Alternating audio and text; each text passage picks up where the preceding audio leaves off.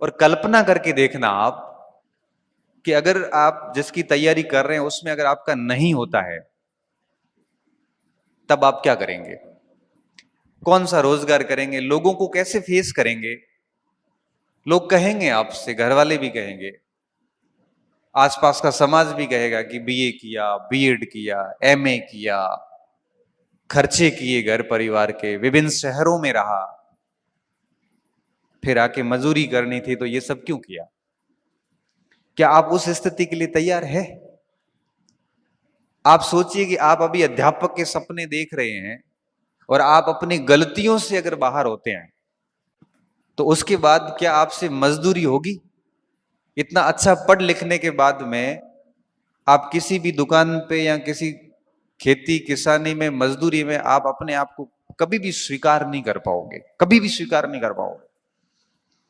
क्योंकि पढ़ाई नहीं की है तो दिक्कत नहीं, क्योंकि उसने माइंड सेट कर लिया कि मुझे मजदूरी करनी, बात खत्म।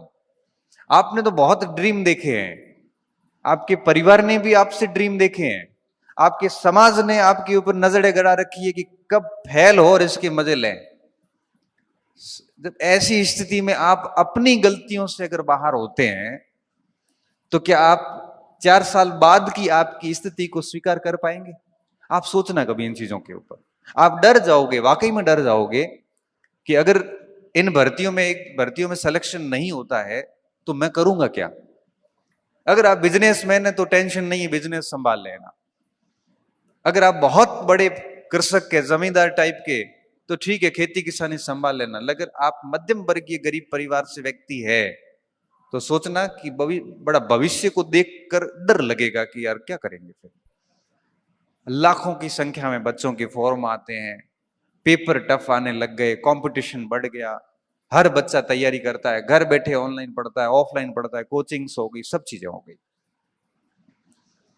तो मैं सबसे पहली बात आपको ये समझाना चाह रहा हूं कि आपके पास में बहुत अधिक समय नहीं है, इसलिए ये मस्तिष्क में मत लाना कि और एक दो ट्राई करते हैं, एक बार और कर लेंगे, अभी अभी यूं ही कर लेते हैं। काम करना है तो लड़ाई आर पार की रखना, नहीं करना है तो छोड़ दो। 4-5 महीने रहे थे आर एस मेंस के, और गोविंद यार इतना सारा कैसे करेंगे, वैसे कैसे, तबीयत ठीक नहीं है। मैंने कहा तो जा जयपुर, जयपुर ही था। मैंने कहा केसरिया कर जाके वहां। केसरिया करने का मतलब है कि वापस नहीं आना है। यहां तो पास होंगे, यहां कोई जॉब पकड़ लेंगे, आर और पार की लड़ाई होती है। केसरिया करने का तो समझते हो ना? युद्ध में जब सेना के अंदर राजा केसरिया करता था, तो उसके बाद लड़ाई भी उस हिसाब की होती थी। फिर घंटे काउंट नहीं होते थे, फिर बस तलवार चलती थी, कितनी लाशें गिरी ये नहीं देखा जाता था। तो मैं स्टूडेंट को कहता हूं, जब इस कंपटीशन की लाइफ में आ गए हो, तब ये आधी अधूरी पढ़ाई वाला ढोंग मत करना, फिर रखना केसरिया ही। अब कहानी को बहुत अच्छे से सुखद समापन करके ही घर जाएंगे। ऐसा नहीं है कि वहां सब फेल हो गया हूं। और इतना कंपटीशन है नहीं मार्केट में जितना आपको लग रहा है, क्योंकि पिछले 10 साल की विभिन्न भर्ती परीक्षाओं की आप कट ऑफ देखना, डाउन होती जा रही है। 70% से 55% भी आ गई। आर एस प्री देख लो, कॉलेज लेक्चर देख लो, क्योंकि नंबर ऑफ कैंडिडेट बढ़े हैं और नंबर ऑफ सीरियस कैंडिडेट घट गए हैं। नंबर ऑफ सीरियस कैंडिडेट घट गए हैं, बच्चों में वो बात नहीं रही जो आज से 5-7 साल पहले हुआ करती थी। आज की जो जनरेशन है वो मोबाइल, विभिन्न सारे मोटिवेटर, किताबों की बहुत बड़ी दुनिया, उनमें इतनी फंस गई है कि वो कुछ नहीं कर पा रही, बस बैठी है चुपचाप। तो आपको इस चीज को लेके भी डरना नहीं है कि बहुत स्टूडेंट है, कोई फर्क नहीं पड़ता। मैं कहता हूं कि 2 साल में, अभी आपको बताऊंगा कैसे करना है। कोई स्टूडेंट 2 साल अगर अपने जीवन का 2 साल तरीके से दे देता है, तो भैया पोस्ट भले 2 हो या 3 हो, अपना काम कर जाता है। बाकी तो सब बहाने हैं कि सीटें बहुत कम है, फॉर्म बहुत ज्यादा है। भाई मैं तो ये कहता हूं कि सीटें कम है, फॉर्म ज्यादा है, आप 70% नंबर लाके तो देखिए, बाकी बातें छोड़ो। तो मेरे को तो 70% नहीं आ रहे हैं, तो तेरे को नहीं आ रहे, तो भाई गलती तेरी है ना, दुनिया को क्यों दोष दे रहा है? अभी फर्स्ट ग्रेड में पोस्ट कम आई तो कुछ बच्चे आए, सर सर सीट तो नहीं है। मैंने कहा सीट छोड़, अपन दूसरी बात करते हैं। मैंने कहा तू मुझे फर्स्ट ग्रेड की मार्कशीट में 290 नंबर ला के देगा? तो क्या हाँ सर, तो मैं सिलेक्शन ला के दूंगा, सीट भूल जा। थोड़ी देर में बोला साहब 290 थोड़ा आ जाए, 290 थोड़े मुश्किल है। हाँ थोड़ी मुश्किल है तो मजा कर, सिलेक्शन होना नहीं। सिलेक्शन भी चाहिए और नंबर भी नहीं आएंगे। क्यों नहीं आएंगे? मेरे 335 थे। मैंने कहा तेरे को तो 290 का ही तो कह रहा हूं, बहुत 390 थोड़ी कह रहा हूं।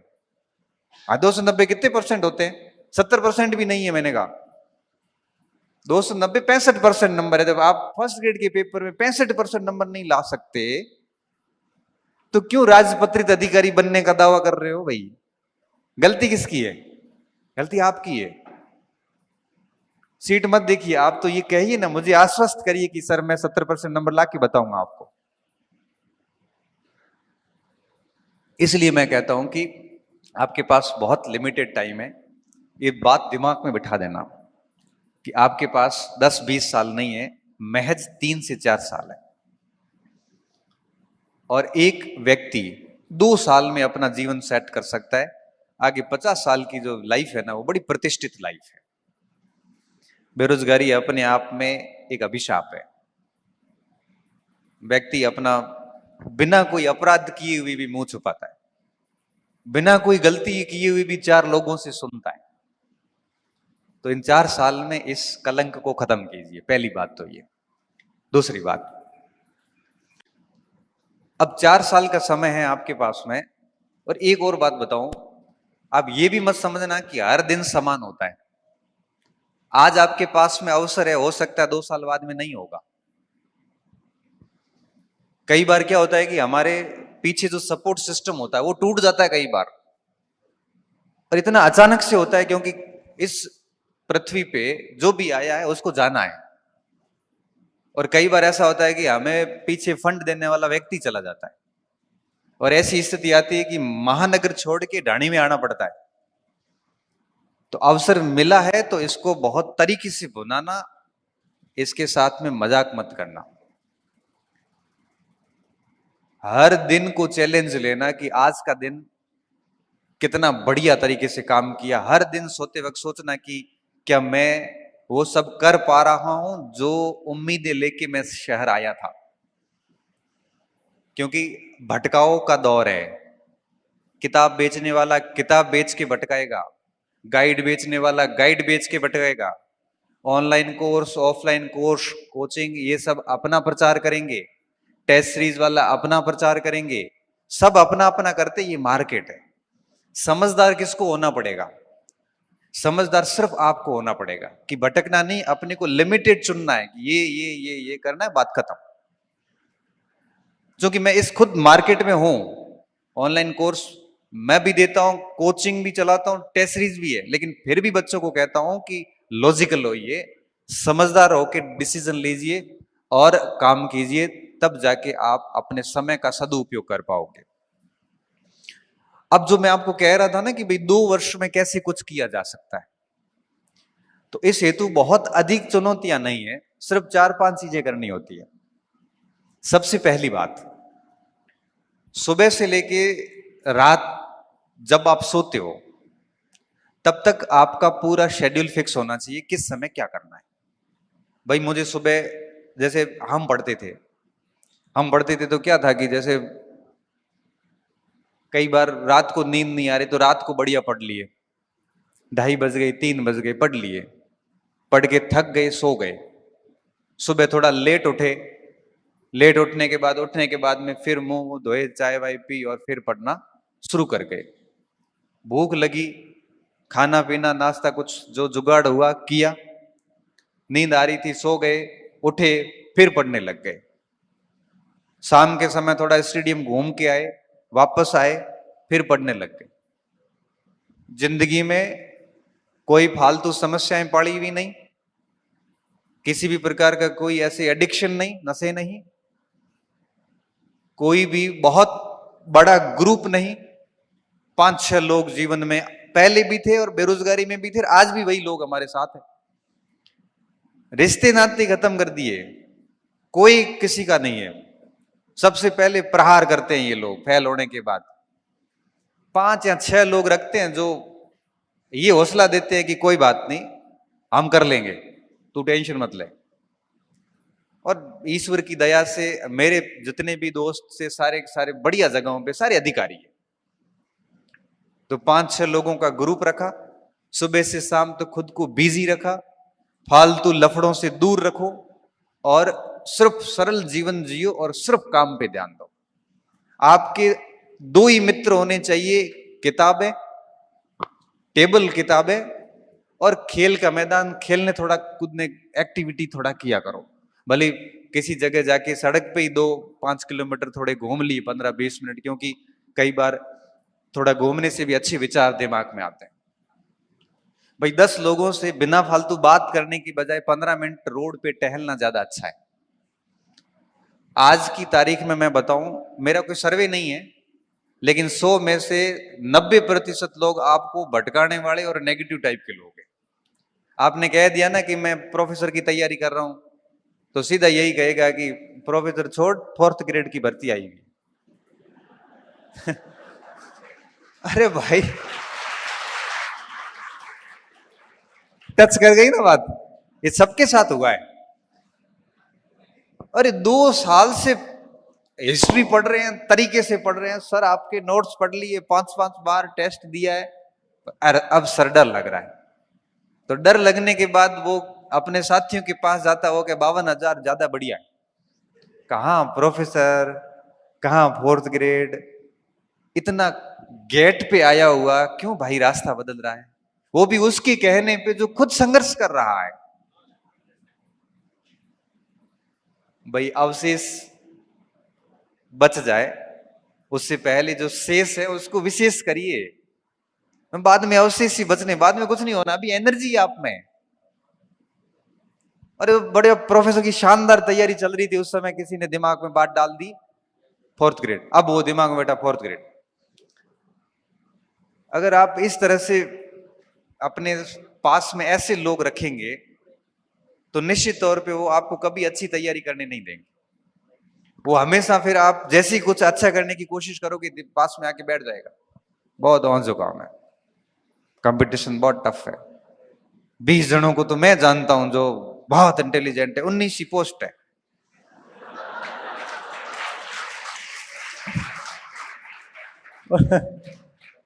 मतलब सारी लिस्ट तेरे से तय होगी, पूरे राजस्थान में और कोई नहीं होगा। और इतना झूठ व्यक्ति इतना कॉन्फिडेंस से बोलता है, आपको लगता है कि दुनिया में इससे सच्चा व्यक्ति कोई नहीं, बहुत गंभीर आदमी है, और आप उसके ऊपर जबरदस्त तरीके से भरोसा करते हैं और आप अपना डायरेक्शन चेंज कर देते हैं। इसलिए कहता हूं कि ऐसे लोगों के साथ रहने की बजाय अकेले रहो, वो ज्यादा बेहतर है। अकेले रहोगे तो बढ़िया कर पाओगे, नहीं तो ऐसा व्यक्ति रखो जो आपसे 20 हो, 18 नहीं हो। उनके साथ रहोगे तो हमेशा लगेगा कि मुझे इनसे ये सीखना है, मुझे अब इनसे ये सीखना है, अब ये चीजें मुझे मुझे इनसे और सीखनी है। अब हर दिन आपको टारगेट मिलेगा कि इस आदमी से मैं कितना सीखूं कि मैं सीखते सीखते सीखते पूर्ण हो जाऊंगा एकदम से। ऐसे व्यक्ति पास में रखिए आप, क्योंकि अगर आप चाहते हो कि जीवन की कहानी 2-3 साल में ये बेरोजगारी का दंश खत्म करना है, तो बहुत बढ़िया लोग पास में रखिए, क्योंकि बहुत कुछ डिपेंड करता है कि आप किसके साथ हैं। सुरेंद्र जी कह रहे थे थोड़ी देर पहले कि मेरी 49, गोविंद की 90+ स्टेट मेरिट में था। बहुत सही बात है, बहुत ब्रिलियंट स्टूडेंट रहा है, और मैं मेरे परिवार में सबसे कमजोर स्टूडेंट है। मेरा रियल छोटा भाई है, ऐसा ऐसी बात नहीं, 8 साल छोटा है। और मेरे घर में भी किसी को डाउट नहीं था इसको लेके कि भाई इतना इंटेलिजेंट है तो अपना काम कहीं ना कहीं बढ़िया कर लेगा। मेरे साथ समस्या ये थी कि मैं 5-7 बार पढ़ता हूं तब जाके एक चीज याद होती, मन ही मन में सोचता हूं कि बाबर का बेटा हुमायूं था, बाबर का बेटा हुमायूं, तब जाके मेरे को बाबर का बेटा हुमायूं था याद रहता। नहीं रहता, सच में नहीं रहता था। बहुत बहुत बिलो द एवरेज स्टूडेंट रहा हूं मैं। और ऐसा नहीं था कि कोई रोल आवारा, ऐसी आदतें भी गलत नहीं थी। उसके बावजूद भी खूब मेहनत करने के बाद मेरी परसेंटेज नहीं बने, क्योंकि औसत बुद्धि का स्टूडेंट था। लेकिन जब मैं गांव से जब बाड़मेर आया, तो बाड़मेर आने के बाद में क्या होता है, मैं कितना सौभाग्यशाली व्यक्ति हूं, क्योंकि भगवान क्या है कि सबको कुछ न कुछ खूबी के साथ कमी भी देता है और कमी के साथ खूबी भी देता है, सब देता है। बहुत ब्रिलियंट है, वो अधिक समय बैठ नहीं सकता, उसके अंदर से ऐसी हालत खराब होती है उठ के चला जाएगा। बहुत कमजोर है, वो बैठता बहुत है, उसको याद थोड़ा कम होता है। ये दोनों में बराबर चीजें दी हुई है। अब मैं जब शहर आया, तो शहर आने के बाद में देखो मुझे संयोग से कितने अच्छे लोग मिलते हैं, यूं ही अनायास ही मिल जाते हैं स्टेडियम में, पार्क में। और धीरे धीरे धीरे मेरा एक अलग ग्रुप बनता है। और सारा ग्रुप कौन, जो यूपीएससी दे रहा है, कोई असिस्टेंट कमांडेंट दे रहा है, कोई कमांड डिफेंस सर्विस दे रहा है, कोई सिविल सर्विस दे रहा है। मेरे लिए सारा नया, फराटेदार इंग्लिश बोल रहे हैं, हिंदी में वैश्विक मुद्दों पर डिस्कस चल रहा है। सब अपने अपने रजिस्टर, बिल्कुल फॉर्मल ड्रेस में, क्योंकि कई तो लगे हुए थे ऑलरेडी, इंटरव्यू की ड्रेस पहने हुए, शानदार। मैंने कहा क्या व्यक्तित्व है ये। पहले दिन देखा रघुनाथ बिश्नोई को, देखा, मैंने कहा क्या लड़का है ये, इतनी तो शानदार बात रखता है, इंग्लिश में भी हिंदी में भी, उतनी बढ़िया ड्रेसिंग सेंस, बिल्कुल लूज टॉक नहीं, टू द पॉइंट बोलना, कोई फालतू की बात नहीं। हर दिन सोचता था यार इसका कुछ परसेंटेज भी बन जाऊं ना तो अपना जीवन सेट है। और जब उन लोगों को देखा ना, तो पहले जो साथ में थे ना, तब लगा कि ओ, उनसे दूर होना फायदेमंद है। और धीरे धीरे उन लोगों से दूर होते गए और इन लोगों के करीब जाते गए, स्वार्थ से। स्वार्थ ये था कि कुछ अच्छा कर लेंगे। उनके साथ रह रह के सपने भी बड़े देखने शुरू कर दिए, पढ़ना कैसे ये भी पता चल गया। कल ही मैं रघुनाथ से बात कर रहा था, मैंने कहा यार एक बात बता, कि मैं अभी 14 अप्रैल को जोधपुर गया था, डॉक्टर भीमराव अंबेडकर जयंती के अवसर पर मैं यूनिवर्सिटी के अंदर रिसोर्स पर्सन था। सुरेंद्र जी वहीं थे, बड़े बड़े प्रोफेसर आए हुए थे, मैं सबसे जूनियर व्यक्ति था वहां पे। और सुरेंद्र जी उस समय मेरी चेहरे की सिकन को पहचान रहे थे कि आज पहली बार बंदा एकदम मायूस बैठा है। बाकी मैं ऐसे मंचों पे मायूस होता नहीं हूं।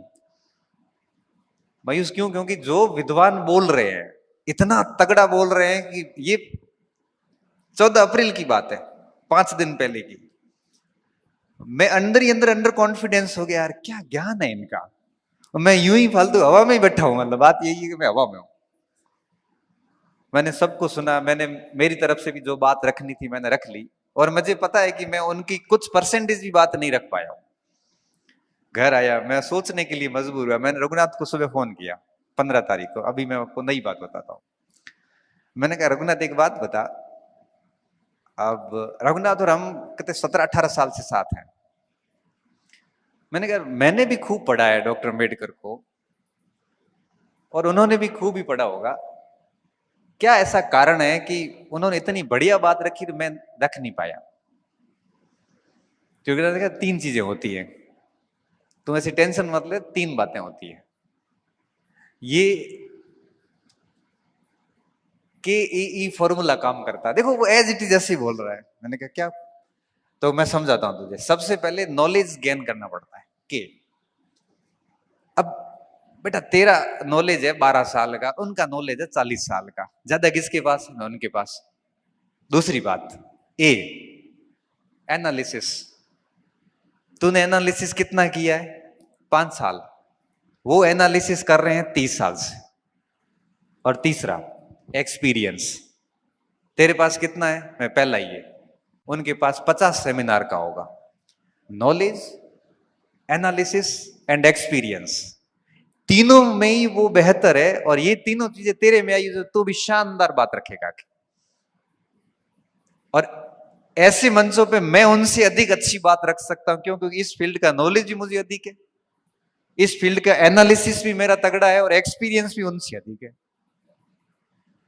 उस समय जाके मेरे को थोड़ा ठीक लगा कि भाई मैं गलत नहीं हूं, अनुभव की कमी है, और समय के साथ मैं पढ़ता रहूंगा तो मैं भी उन विद्वानों की तरह अपनी बात रख सकता हूं। एक अच्छे दोस्त का होने का इतना फायदा मिलता है कि आप जिंदगी में किसी भी मोड़ पे उससे बात करके अपनी उलझनों को दूर कर सकते हो। अब आप सोच सकते हो कि आप मेरे बारे में ये सोचते होंगे कि बड़ी छवि बना रखी होगी सर ये वो, जबकि मैं खुद फंसता हूं तब मैं किसी से पूछता हूं कि यार वैसी स्थिति इसका क्या करना, कैसे, क्या मैं कमजोर हूं या मुझे और क्या करना चाहिए। तो कोई भी व्यक्ति पूर्ण नहीं होता। तो मैं कह रहा था आपको कि अपना अच्छा ग्रुप रखिए पास में। और अच्छा ग्रुप कब बनता है, जब आप अच्छे व्यक्ति के साथ में कोई मिलता है तो उससे जुड़ जाए और बुरे व्यक्ति को धीरे धीरे दूर करते हैं। देखते ही देखते आप बहुत अच्छा ग्रुप अपने आसपास पाओगे। तो पहली बात मैंने आपको ये बताई कि आप दिमाग में बैठा दीजिए कि आपके पास में बहुत कम समय है, 3-4 साल का ही। और दूसरी बात, अपने आसपास कौन सा घेरा है, आज ही इस पे मंथन करना शुरू कर देना।